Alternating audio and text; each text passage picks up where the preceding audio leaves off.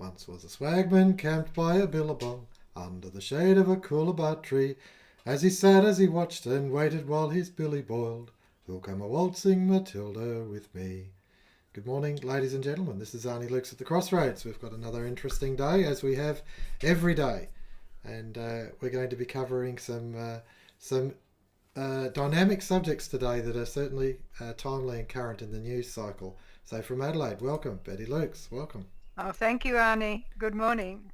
And from Canada, welcome Wallace. And thank you, Arnie. It's a pleasure to be with you from Canada once again. No worries. All right. So we're still on the individual, society, and devolution.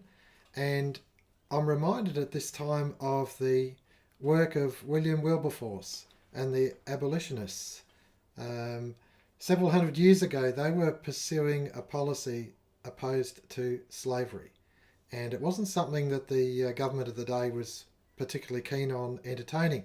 In actual fact, the government of the day wanted to ignore them because there were private interests who were making significant gains out of slavery. And it was only through, if you like, sleight of hand, political situation changed with the war with France, but they pursued that policy over a period of, by my calculations, more than 45 years. And even after Wilberforce's death, the abolitionists continue on with that campaign to abolish slavery, and then finally the act was passed to outlaw slavery in the British Commonwealth, and so it was successful. But it was basically a lifetime's campaign. It was not something that the politicians will do. In actual fact, we see that every day in our own situation, that the politicians have their own vested interests. This business in Syria, the missiles fly across from the American warships, they fly across into Syria, and the share price for the armaments industry goes through the roof, and so profit is being made, scandalously profit is being made at the expense of people's lives. And it's hideous that this whole system is so corrupt and so bent on things that you wouldn't consider ethical. Now, in Australia, we have the Banking Royal Commission, and they're finding things that have been happening that the media makes out that it's significantly surprised. And I beg to differ, and I'm going to give the floor to Betty Lukes because I know she begs to differ as well. Betty. Oh, I'm not sure that I'm going to differ with you, Arnie. I'm just reminded that in our court of law, I presume it's still the same, the person would go on the witness box and they'd be handed a Bible and they'd be asked that they would tell the truth, the whole truth, and nothing but the truth. And that brought me to, on our website, we have a quote of Edmund Burke, but in Bristol in 1774, he had this to say to his electorate: your parliamentary representative owes you not his industry only, but his judgment. And I saw that, in a sense, Burke spoke half a truth when he said that. And that, to me, is a typical politician's response. And the other part of that truth is that power corrupts, and absolute power corrupts absolutely, and politicians are power seekers, and power corrupts them, their judgment. And of course, when you look at judgment of private affairs, our own affairs, there's supposedly a free will choice, and you draw on your wisdom, your knowledge of the facts, and your intelligence to make a judgment. But public affairs, it's a different matter. The judgment is distorted, and you have the news media distorting the half-truths, party politics, putting pressure on the particular representative, and then you've got the majority vote, and that doesn't allow for those who dissent on what is proposed. And of course, here in Australia, we have the recent High Court judgment for Bernard Gaynor, the former army man, who was taken to the Anti-Discrimination Board because he criticised that soldiers were taking part in a homosexual parade. And I might add, I'll speak over you here, Betty. I might add that those soldiers were in uniform when they took part in that parade, and that was the particular telling point with Bernard Gaynor's interjection. Okay, keep going. well, that's right. Now, Bernard, in announcing that the High Court had ruled in his favour that what the Anti-Discrimination Board were doing was unconstitutional. We have yet to see what's going to come out of that because that was a recent decision. But he pointed out that the mainstream media certainly haven't helped him in his cause, and the media largely ignored his battles, and the defence sacked him. The Defence Force sacked him for making the criticisms, and it's because he's relied on donations from the public to simply get to court. And so we've had to wait and see what action will come out of that High Court decision. Okay, thanks for that, Betty. That's an interesting point that you make, because what it does is it shows you that the media is actually complicit in a lot of things by their silence. They're not actively reporting news. They're not engaging in the debate, in the legal battle. They're certainly not representing it in a fashion where it's brought to the forefront of people's point of view. And so by silence, they're complicit. Wally Klinck.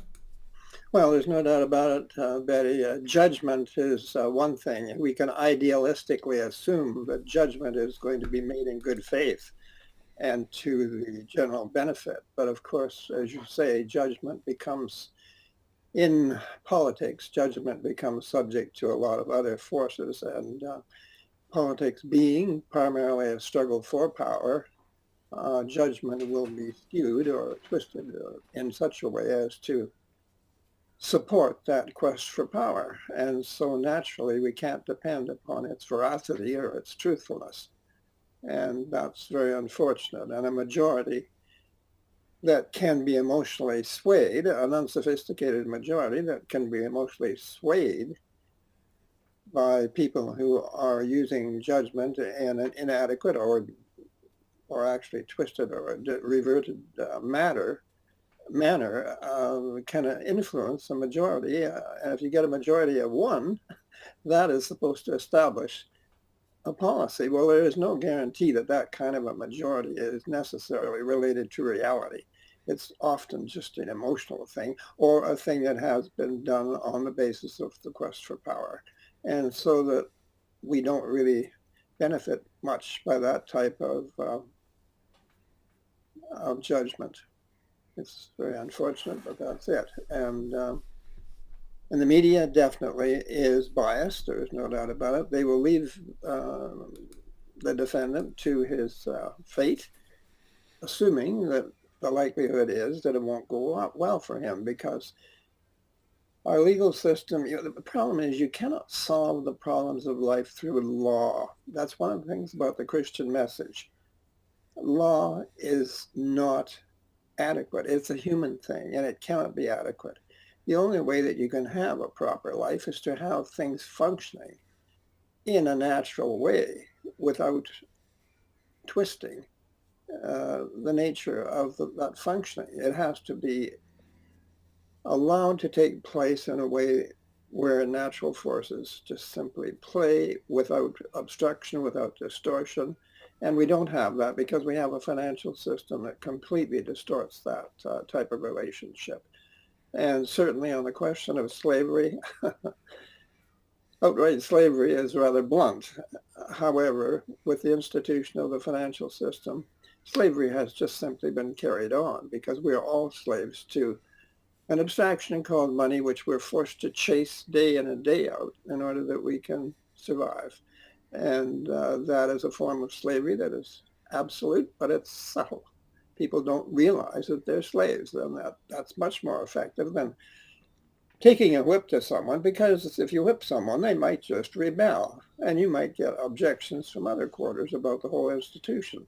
But this quiet form of slavery, this insidious, this form of slavery that is enforced through the financial system to cause us to do all manner of unnecessary, undesirable, and highly destructive things like war, in order that we can carry on with the farce of carrying on, is makes a complete mockery of the whole thing. Thank you, Wally. That's very important. I've been thinking about this subject of slavery over this weekend, but previously to that. And yes, you've got the physical bondage or servitude, and then you have the financial slavery, which always you're chasing something, a shortage of something. And then, of course, you consider the likes of in a legal position where you're fighting against the state, and in the case of what Bernard Gaynor is going through, and he's fighting for his freedom. He's fighting for everyone's freedom. And if you have to fight for your freedom, then really are you free, or is it partly taken or even fully taken away from you? And I did note in some of the comments out there that this discrimination board that has seen fit to fight Bernard all the way to the High Court is also saying that they're going to ignore the High Court's findings and continue on with the campaign. They even altered the law immediately prior to the appeal at the High Court, so that this allows them to do it. So it's the process is the punishment. Bernard is being punished on our behalf because he dares to stand up for our freedoms. Betty Lukes. Yes. Well, of course, I'm also thinking of the Banking Royal Commission in this, because we're looking at the same problem. And of course, the newspapers have had to report on that. But to me, they're tutting because of the fraudulent activities of the banking system, with the customers giving their testimony in front of the commission. And I thought, where have these people been all these years? The witnesses have said such things as the banks charging customers for advice that was never delivered, charging a deceased person fees 10 years on, and you wonder just where have these reporters been in their reporting, because there is nothing new in the fraudulent practices of the banking system. And I will mention that book by Dr. David Graeber called Debt, and he traces this debt problem back to 5000 BC, way back. But a little bit more local, and in 1992, former Senator Paul McLean, who had 600 cases of bank malpractice on his books, with the help of a barrister solicitor of the High Court, I can't think of his name, Renton, I think his name was, and he tried to interest the Senate in looking at it, in putting up an inquiry into these malpractices, and he couldn't raise their interest, but they ended up attacking him politically, as they always do.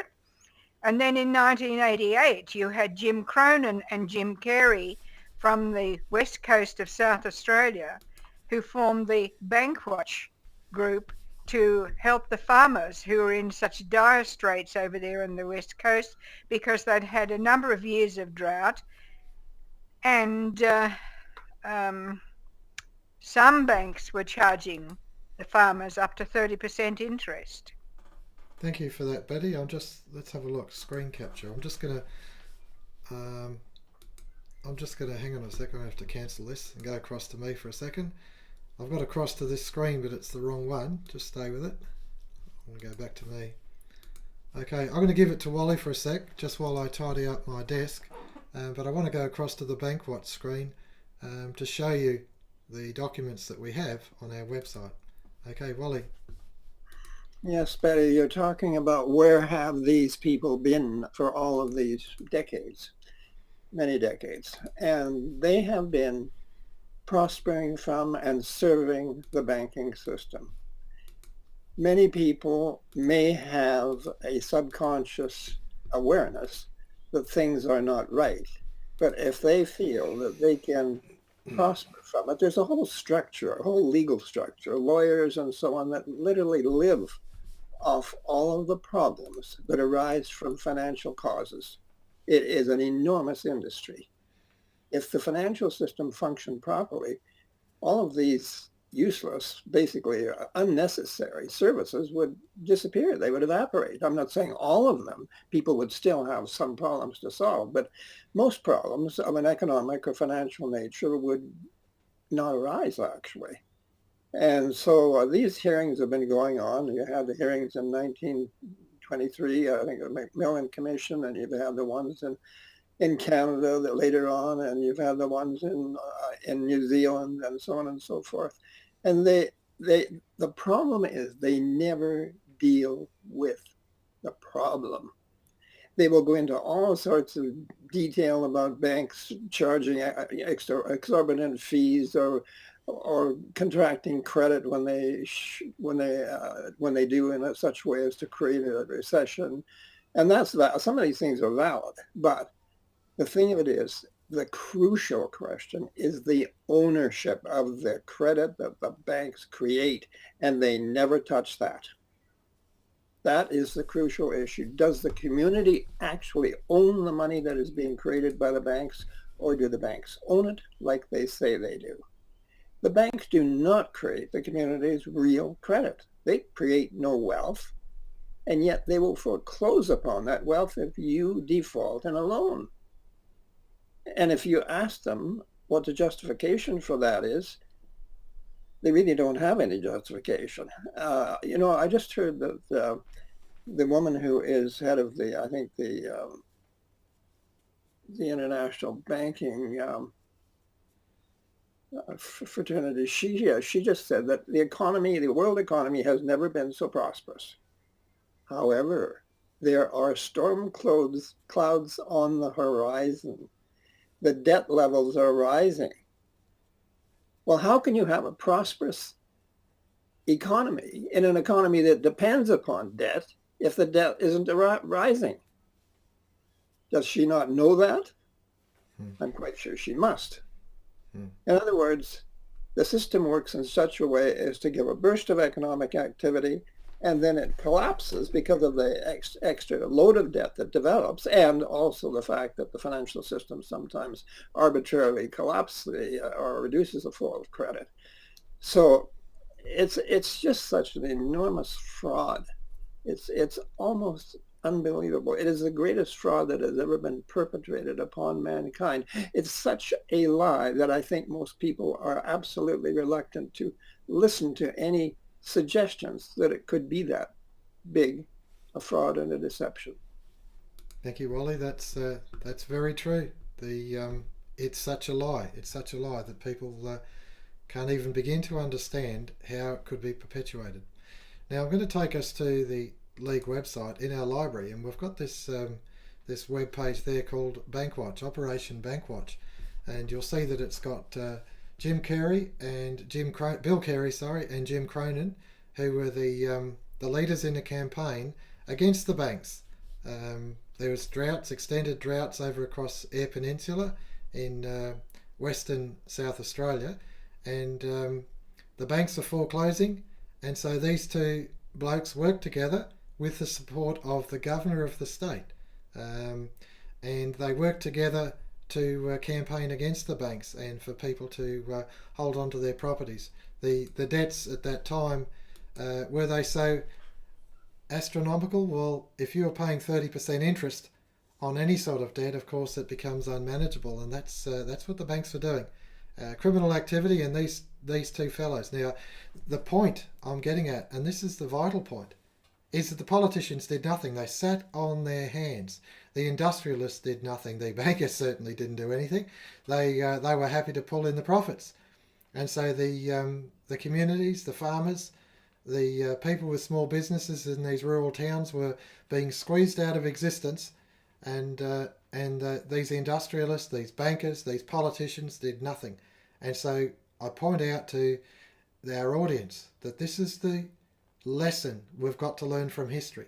Individuals working in concert against a tyrannical policy.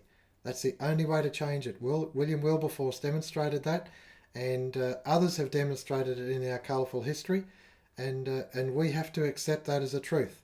Don't expect to do it through the parliaments. Don't expect to do it through the courts.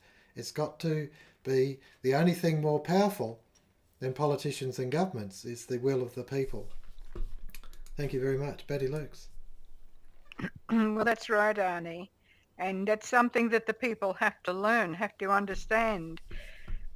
I watched the film on Winston Churchill, the latest film on Winston Churchill again, and of course what it shows is that England was on her knees before the Second World War, and Roosevelt wasn't of much help. They were desperate, and they were looking for a way of bringing back from France their 300,000 forces who had been driven onto the beach at Dunkirk.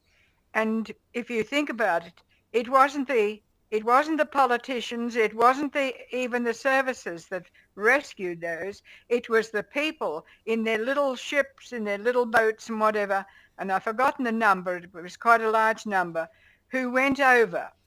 And that was individual initiative. And they saved most of those 300,000 servicemen at Dunkirk. It's a very important point from history to show what the will of the people can do when it is roused.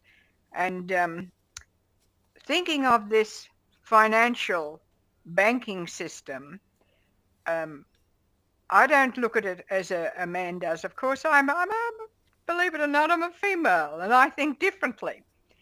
And at one stage, I was over in West Australia staying at a folks' place.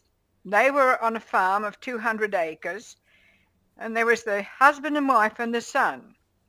And it was during the times that the farmers were suffering, as they're still suffering. And I wanted to get a clear picture in my mind of just what that farm could produce. And they told me how, their sheep and their grain and all that they could produce in the 1 year, what that meant in terms of human beings having to eat for the next 12 months. But, of course, it was an abundance. It was an abundance. But they were financially so poor that every one of those three of that farm had to go out to work elsewhere to bring in money. Physically, they produced an abundance. And it was in the 1970s that Jeremy Lee did a list of just what this nation produces. And you wouldn't believe how much this nation can produce when it has a mind to, and when it is not restricted by the financial restrictions. And it was so much that you just couldn't believe. And I want to make the point, and it actually comes from something that Jordan Peterson said, and while he was dealing with it from a different point of view, I'll put it this way, that people generally were always looking at the world through a framework of reference. And from the time they go to school, they are taught that framework of reference, and it has to do with figures and numbers and whatever. But they are never taught about the abundance that this nation produces. Never taught that. Never shown it in figures. There was a time that you could purchase the Commonwealth Yearbook, and it was listed what was the product of the nation as a whole. that of course is not there anymore. But this to me is what Australians have to understand. They don't know what they don't know.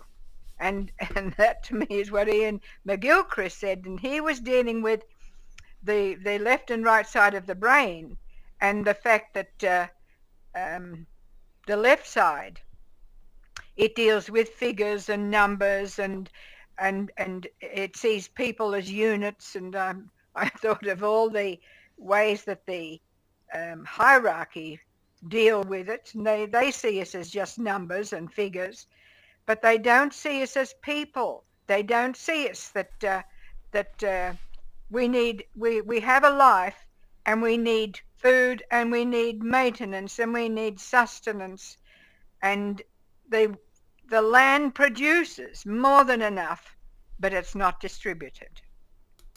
Thank you, Betty. I'll remind our listeners that during the Second World War, Australia not only had sufficient capacity to produce all of its needs, but it also had significant industry. I'll name a few that I've seen go in Adelaide in the last, say, 40 years. We had shipbuilding, steelworks, we had white goods, we had multiple car manufacturers. Okay, we've now got a submarine corporation that's sort of doing something down the port, but not to the same degree that we had in Whyalla with the shipyards. And all of these things, when we came out of the Second World War, we were actually producing our own aircraft. Now, international trucks, international harvester, come on. You know, we have the capacity, the resources, the know-how to do all of these things. And yet, for some reason, and we say we know what the reason is, it's financial. We've got to ship all of those industries across to China, India, Korea, whatever, and not do it ourselves. And this, of course, is policy. And the policy derives from that sacred house in the high, central banks. And it doesn't allow us to actually enjoy what could be the fruits of our own labour. Wally Klinck. Well, I think you have to remember that scarcity, when supply of the product, in this case money, is actually controlled by a central source, scarcity gives power over the persons who are subject to that scarcity. And so that bankers always tend to be, in a sense, deflationary, because it gives them a power over the activities of mankind. If people had a sufficiency and abundance, they would not be subject to external direction. I mean direction by other people's wills, which force the subject into certain types of subservient behavior. And there were people who were saying before the Second World War that the United States couldn't possibly fight a war because it was just far too expensive, and they could not afford that kind of depletion of the resources. But in fact, the United States, I understand that the actual standard of living kept rising during the war, and that after the war they ended up with an industrial base that had never been seen before. So it demonstrated the enormous capacity of the economy to actually produce real wealth. So the idea of scarcity has been promoted because it's always an instrument of power. And that is something that is a denial of the Christian promise of abundance, which is not a dream. It's not a dream. It's a reality, or a potential reality. And we should never allow ourselves to be demoralized into thinking that we actually inevitably live in a state of misery and poverty and scarcity. It is not a Hobbesian world of misery. It is in many cases, and in a very prevalent manner, but it's totally artificial because we suppress the capacity we have to produce because we don't give the consumers sufficient purchasing power to acquire production. Now, if you don't have enough money to acquire production, you can't buy.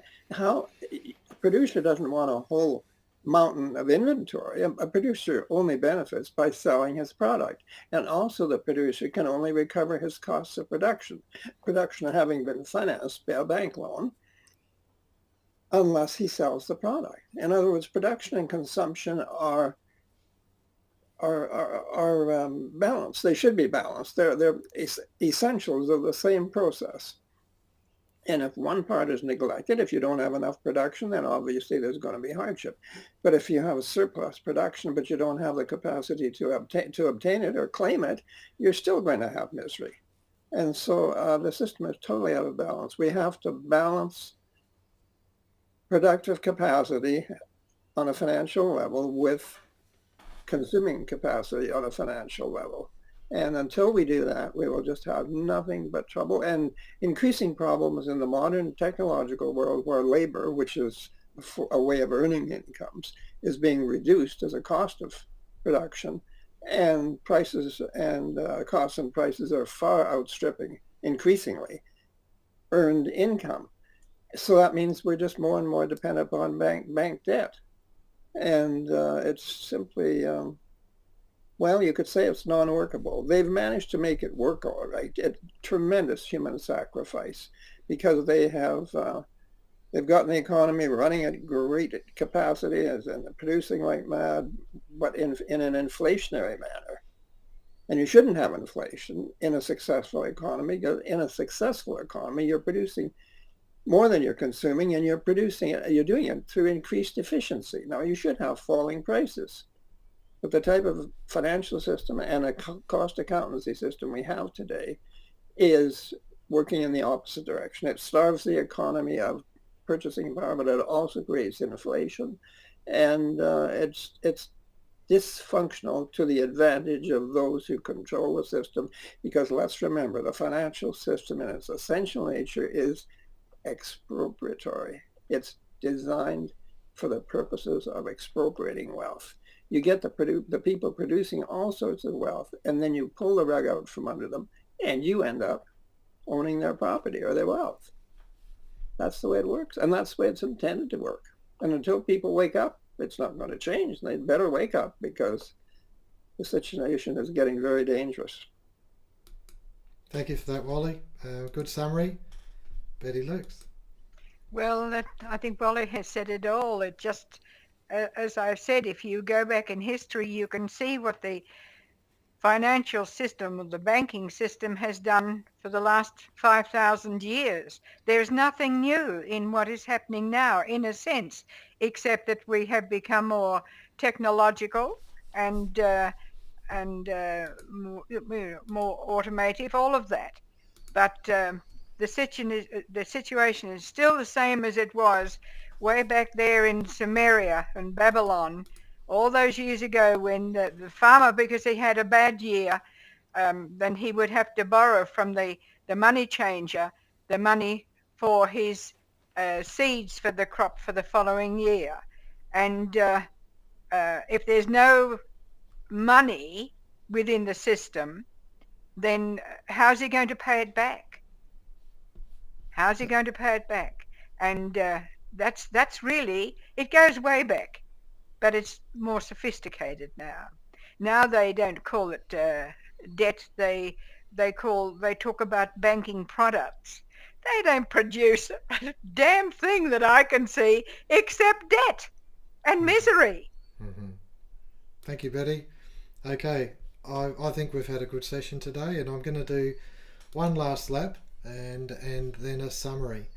Wally Klinck. Well, yes, it's a tragedy, because the worker who really works very efficiently, the farmer who works very efficiently, literally work themselves out of an income.